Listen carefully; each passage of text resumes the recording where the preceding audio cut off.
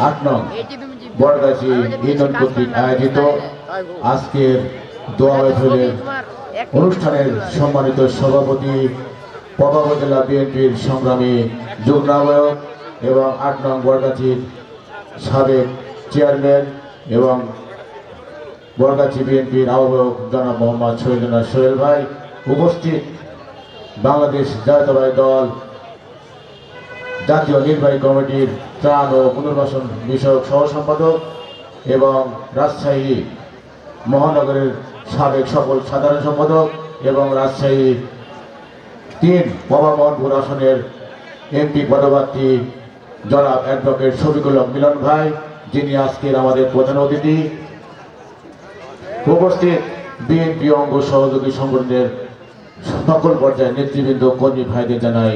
আমি পবা বিএনপির পক্ষ থেকে সংগ্রামী শুভেচ্ছা ও আন্তরিক অভিনন্দন। সালাম, আসসালামু আলাইকুম। সংগ্রামী উপস্থিতি, আপনারা অবগত আছেন আপসহীন নেত্রী, যিনি কখনো অন্যায়ের সাথে আপোষ করেননি, গণতন্ত্রের মা, যিনি গণতন্ত্রের জন্য বছরের পর বছর লড়াই করে চলেছেন, সাবেক 3 বারের প্রধানমন্ত্রী, যার নেতৃত্বের জন্ম না হলে আমরা কখনো